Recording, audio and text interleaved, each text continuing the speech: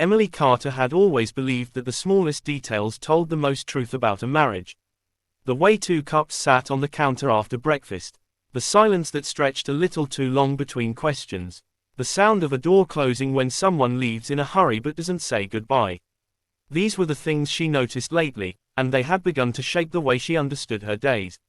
Daniel still kissed her on the forehead in the mornings, still thanked her whenever she cooked, but the warmth behind his eyes seemed to have thinned like air at a high altitude.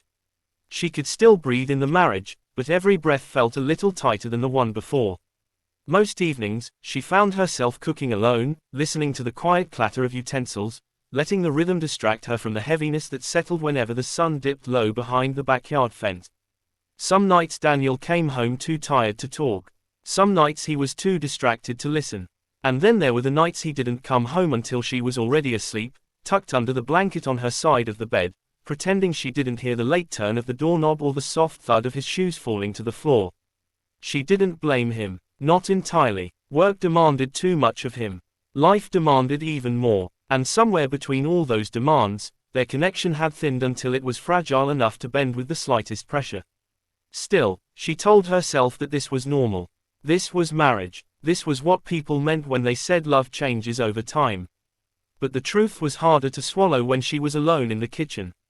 When she was stirring sauce in a pot and waiting for a voice that rarely called her name anymore. The shift began quietly, almost too subtly to notice.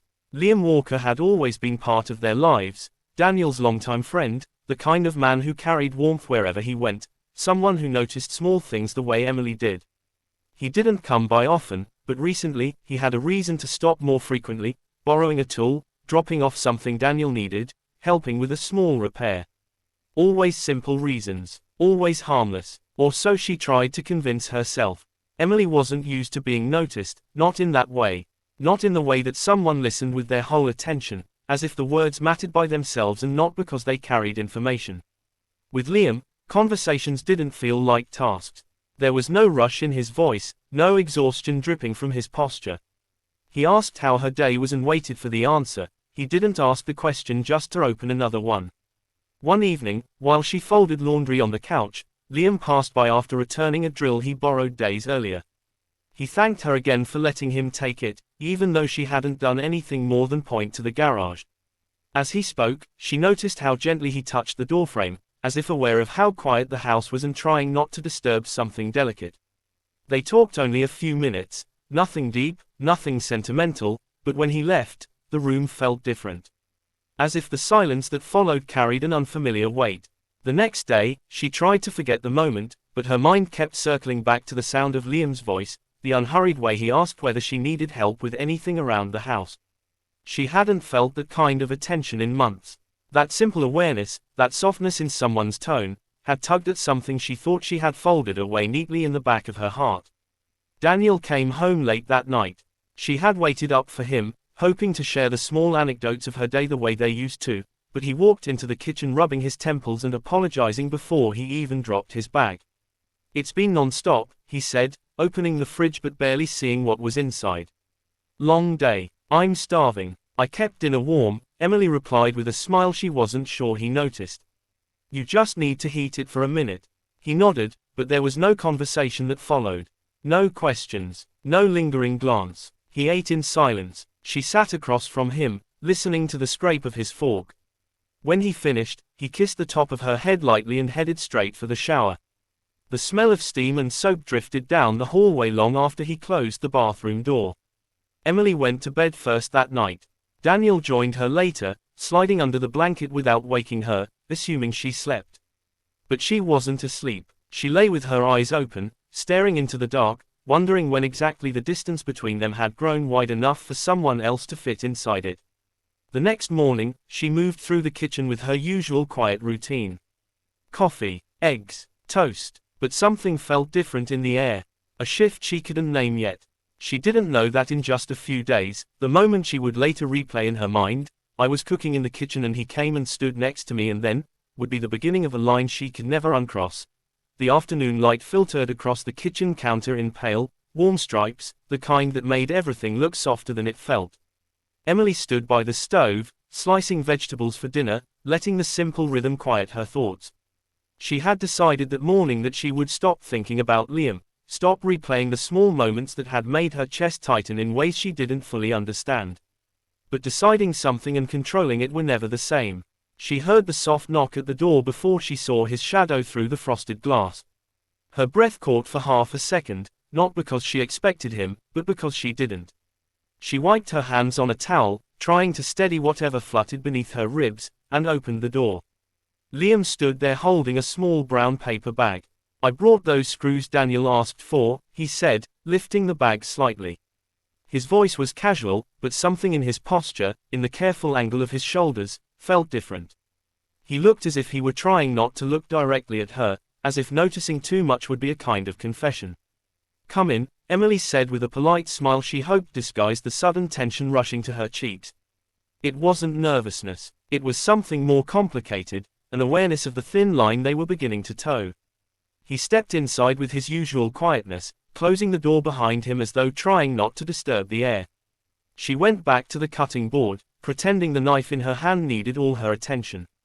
She could hear him set the bag on the counter, hear the small rustle as he untied it. "Daniel's still at work?" Liam asked after a moment. "Yeah, he said he'll be late again." She tried to keep her tone light, but the words tasted heavier than she meant him to. Liam didn't answer right away. Instead, he stood nearby, close enough that she could feel his presence but far enough that the distance felt intentional. She sensed him watching her hands, the methodical way she chopped the vegetables. She didn't turn to look, though a part of her wanted to.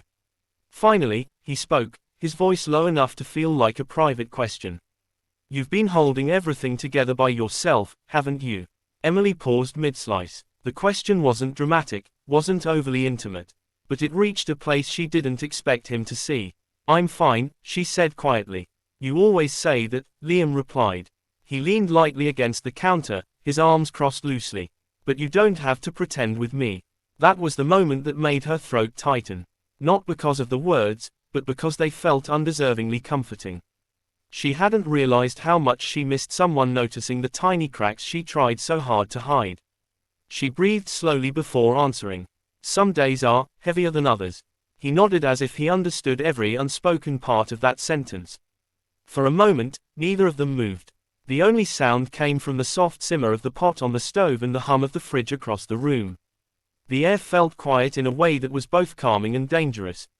"Let me help," Liam said suddenly, stepping slightly closer. He reached for an extra cutting board without waiting for her permission. "Just tell me what to do." Emily hesitated. She should have told him no. She should have insisted she was fine. But the offer, the simple, thoughtful offer, felt like a relief she hadn't known she'd been wishing for. "Okay," she said softly.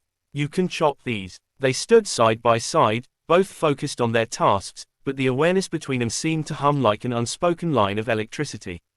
Every movement felt sharper, every small sound exaggerated.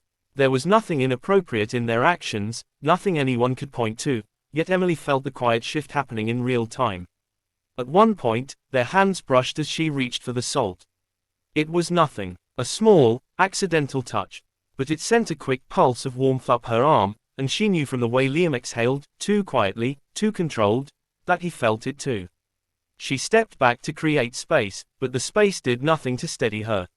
"You're a good cook," he said after a moment, his tone gentle. "You put attention into things. Care." Emily's fingers froze on the handle of the pot.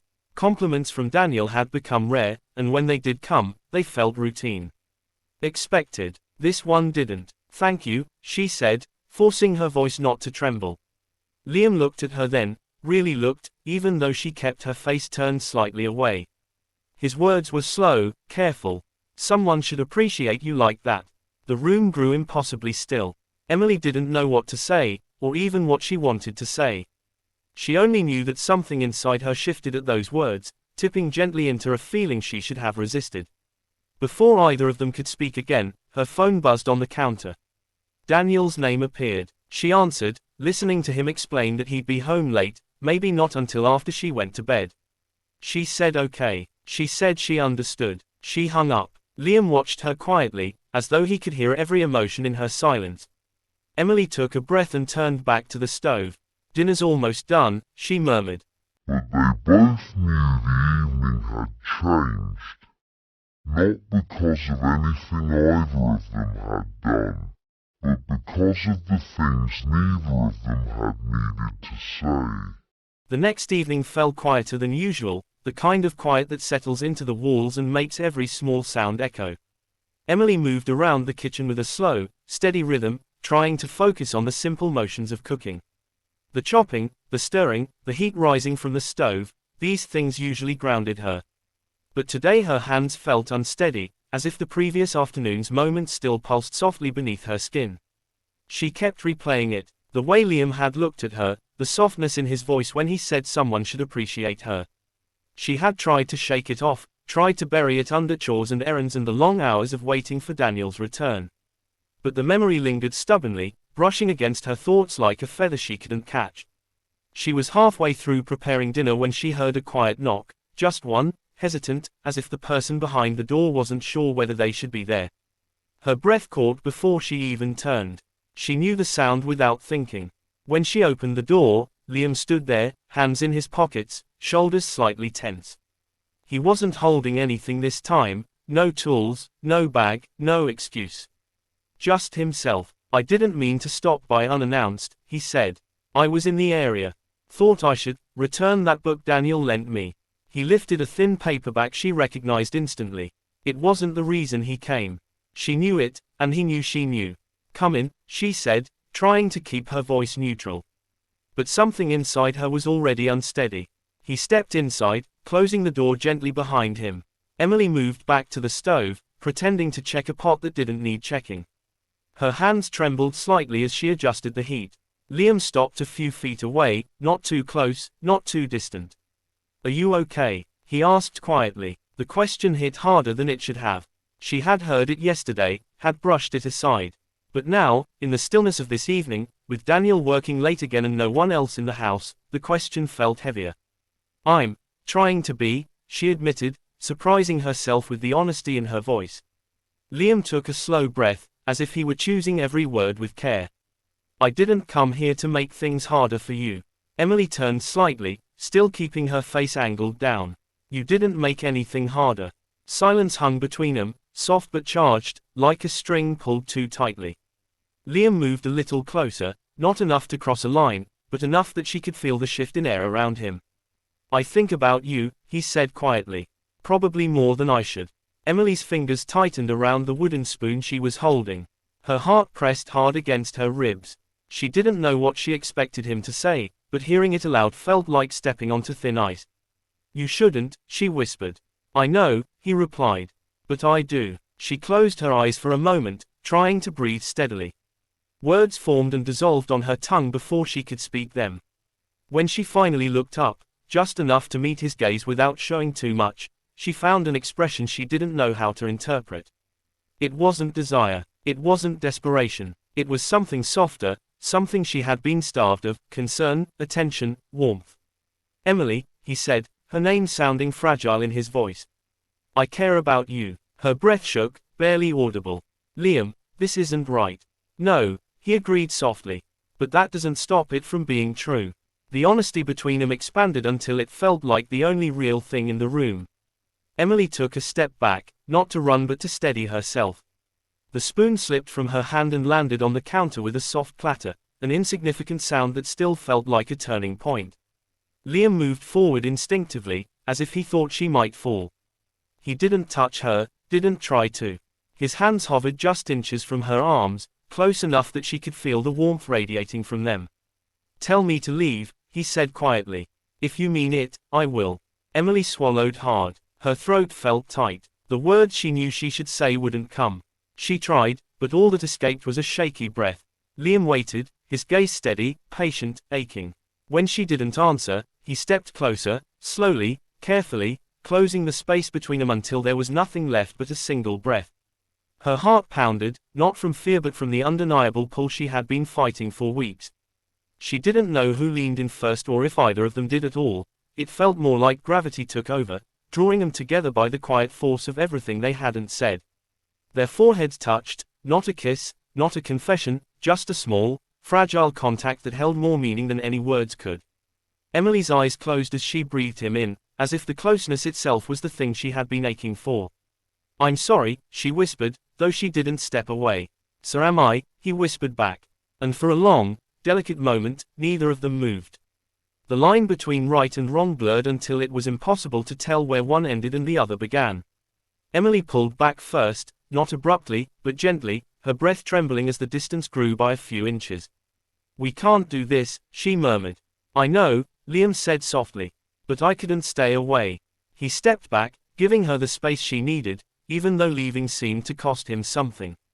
Emily stared at the floor, unable to look at him again. When he finally turned toward the door, his footsteps were slow, quiet, as though he hoped she might call him back. She didn't. She couldn't. But the moment he left, Emily felt the truth settle inside her. Something had changed forever, no matter how hard she tried to pretend otherwise. The house felt emptier than it had before, even though nothing had changed. Emily moved slowly through the kitchen, the scent of the evening meal she had prepared drifting lightly in the air. The chopping board was still warm from where she had left it, the pot simmering softly as if it too understood the weight in the room. She cleaned up mechanically, her movements precise, but her mind was elsewhere. Every corner of the kitchen seemed to hold the echo of him, of Liam's voice, the careful way he had looked at her, the quiet intensity that lingered like a shadow she could not shake. Daniel wasn't home yet, and when he finally walked through the door, the usual clatter of his keys and the drop of his bag sounded hollow, almost foreign. He greeted her with a tired smile, the kind he always gave when he came home from a long day, but Emily noticed how brief it was. How distracted he seemed, as if the room held only half of his attention. She forced herself to smile back, to speak in the calm, neutral tone they both used to keep the house running smoothly. "Dinner's ready," she said. He nodded, settling at the table, but the conversation felt strained. Emily tried to tell herself she was imagining the difference, that the warmth she had once felt with Daniel would return if she just waited long enough. But inside her, a quiet knot had formed, one that no amount of casual conversation could untie. She found herself noticing how Daniel didn't ask about her day, how he didn't linger with her when he ate, how his focus remained fixed elsewhere. After clearing the dishes, Emily retreated to the living room, her hands still warm from the kitchen. She picked up her phone almost absent-mindedly and saw a message waiting. "Liam." She froze for a moment before opening it, her heart a mix of guilt and longing. The screen showed his words, "I've been thinking about today. I shouldn't have come over, but I couldn't stay away. I hope you're okay." Her fingers hovered over the keyboard. She could type nothing. She could type everything. She could delete it all. But in the end, she sent a single word, "Okay." The simplicity of it mirrored her uncertainty, leaving the rest unsaid. It was enough to keep the door open, and terrifying in its implication. Emily put the phone down and sank into the couch, staring at the muted television, letting the room's quiet press against her. The lines between right and wrong, loyalty and desire, had blurred into something she didn't recognize. She thought of Daniel, of the life they had built together, and of the years of familiarity and comfort. But she also thought of Liam, the gentleness he had shown, the attention that had made her feel seen in a way she hadn't realized she craved. Days passed, each one carrying the weight of unsaid words. Daniel remained the same, present in body, absent in awareness. Liam remained a constant thought, a shadow in her mind that refused to disappear. Emily tried to refocus on routine, on work, on the small details of home life, but the pull of what had started between them lingered. She found herself cooking with extra care, noticing how the light hit the counter, feeling again the soft echo of his presence. One evening, as she washed the dishes, there was a knock at the door. Emily froze. Her mind raced, imagining Daniel returning early, imagining anyone at all. She didn't move immediately, her hand hovering over the faucet. Another knock came, soft but deliberate. Her heart thumped in a way that made her dizzy. She walked toward the door, each step measured, slow, aware of the quiet tension that filled the space. Her hand rested on the doorknob for a long moment. Whoever was outside, she knew this was a moment of choice, a moment of consequence. She turned the knob and opened the door slowly. The frame was empty in her mind as much as it was in reality, because the story wasn't in who stood there, it was in the breath she drew before she spoke, in the hesitation, in the weight of everything unsaid. The future of her marriage, the possibilities with Liam, the quiet of the house, the simmering meals, it all balanced on that single threshold. She did not move forward or backward. She only breathed, aware of the thin line she had crossed, aware that nothing could ever return to the simplicity of before. And so she stood there, in the doorway, caught between loyalty and longing, between the life she knew and the life she could not ignore. The kitchen, the house, the evening, the empty silence, they all held their breath with her. Emily knew the consequences would follow, that the choices she made, or didn't make, would echo in every quiet corner of her life. Yet for the first time in a long while, she felt awake, alive, and deeply, irrevocably aware of herself. The story of her heart had changed. The story of her life had shifted, quietly but unmistakably, like a shadow that can never quite disappear. And in that moment, she understood that she had crossed a threshold from which there was no simple return, a threshold shaped not by actions but by emotions, by attention, by connection.